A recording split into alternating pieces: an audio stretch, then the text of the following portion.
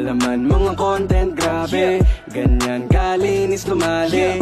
Kasipagan kasi ang kanyang papare, sapagkat walang mararating kapag maarte ka. Tulad nito ni Boy Kalikot, sa tagal sa ibang bansa kabisado na pasikot-sikot. Sakit ng katawan sa araw-araw ay andyan, hindi na iniindasanin na kahit pa walang hilot. Kapag day off wala ng pahi-pahinga, nagtatato sa mga kababayan. Ang diskarte nga kayo't lagi ang nasa isip. Boy Kalikot nga di ba di mapapakalik kapag wala siyang ginagawa. Ikaw ba ay nasa Taiwan at ang hanap ay barbero na iyong kababayan? Boy Kalikot. Whoop! Whoop! Ha!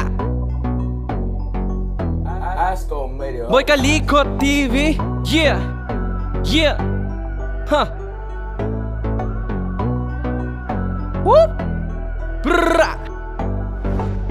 Kung gusto nyo makapulot na mga diskarteng marangal ba, halika na dito kayo kay Boy Kalikot TV. Walang halong kalokohan gumawa. Malaman mga content, grabe.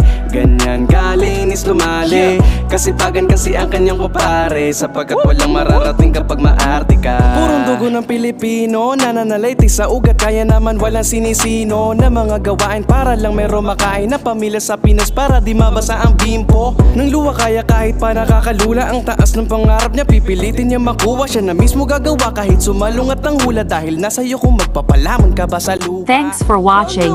God bless all.